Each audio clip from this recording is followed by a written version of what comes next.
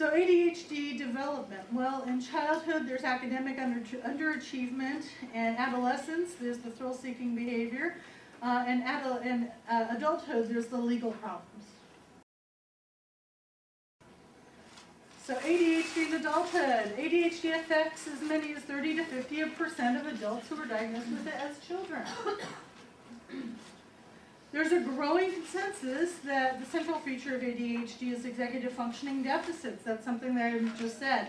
And so in adulthood, the hyperactivity goes down and the inattentiveness persists, not being able to get motivated.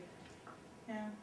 That's the #1 argument from most wives of people who have ADHD. Their husbands are sitting around, or he doesn't want to go to work, or when he does go to work, he's not all there.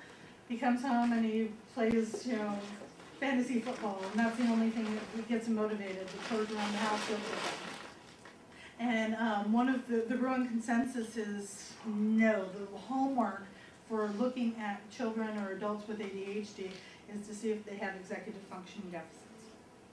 So, and if not, well, look at the other things. What else could be causing it? What's the differential? Substance abuse, malingering, depression. What else is going on? Maybe it's traumatic brain injury. So adults with ADHD have more trouble keeping friends, and they're more trouble, about 16% for sexually transmitted diseases, as opposed to 4% of people who don't have ADHD. And more likely to become parents at early ages. ADHD in prison, the results appear to support the higher prevalence rates of ADHD in prison. Cahill's work, Prevalence and Comorbidity of Adult Prison Inmates, is a great study. And I've got a quote here for you.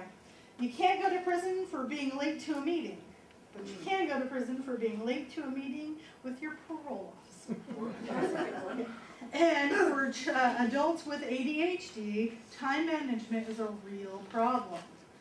So we have the revolving door because these guys can't keep it together.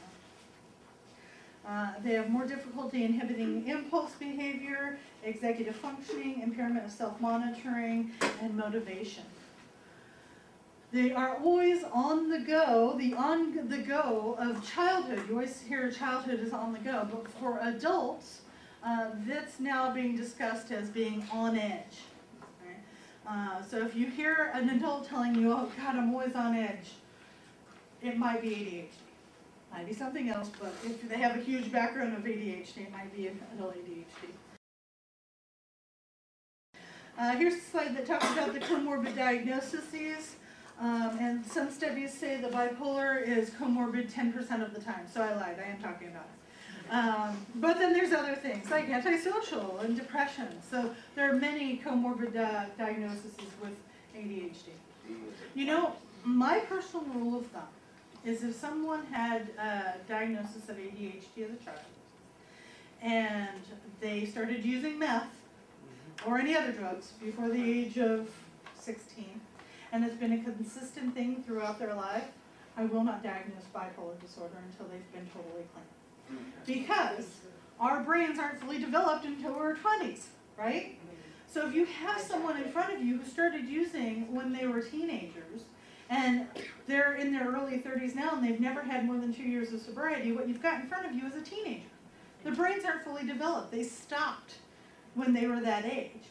And so if they started using at 14, they haven't had more than 2 years of sobriety in their life, or say they've had 5 years of sobriety, they start using at 14, they're now 32, you've got someone who's in front of you who's a 19-year-old. And can you remember what you were like at 19? I do. I was off the charts crazy.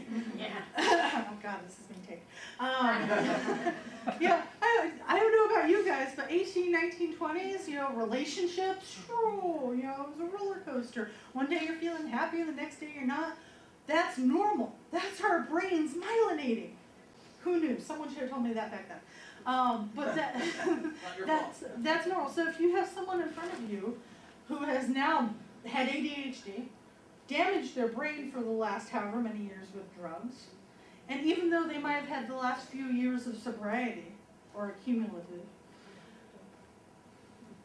and they're still showing signs of ADHD, well, yeah, that makes sense. Yeah, they're still 19. Well, I mean, as a psychiatrist, psychiatrists look at diagnosing and treating symptoms. They don't necessarily focus on disorders.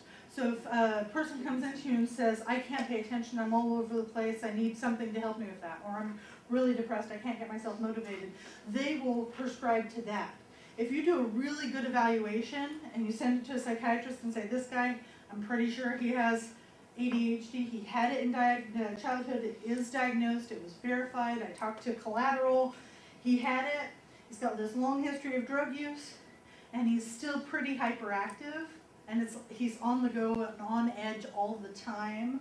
It just doesn't come for a couple weeks at a time and go. Have him treated for ADHD. And that, I mean, that's not just that, that's with all managed care. I mean, she's talking about the state, but for all of you guys who are doing private practice, managed care often doesn't pay for specific diagnoses. Substance-induced mood disorder, they might not pay for that, but they would for bipolar. So does that mean as ethical clinicians, you're going to give the wrong diagnosis just so that the person can get treatment? No. No. It means that you can give provisional diagnosis, rule out diagnosis, or NOSs. And that's where the NOS comes through. You can do bipolar NOS and just, write a whole diagnosis with regard to ADHD. Let's say you've got these other mood symptoms that could be due to drug use, could be due to residuals, could be due to abuse, trauma, neglect,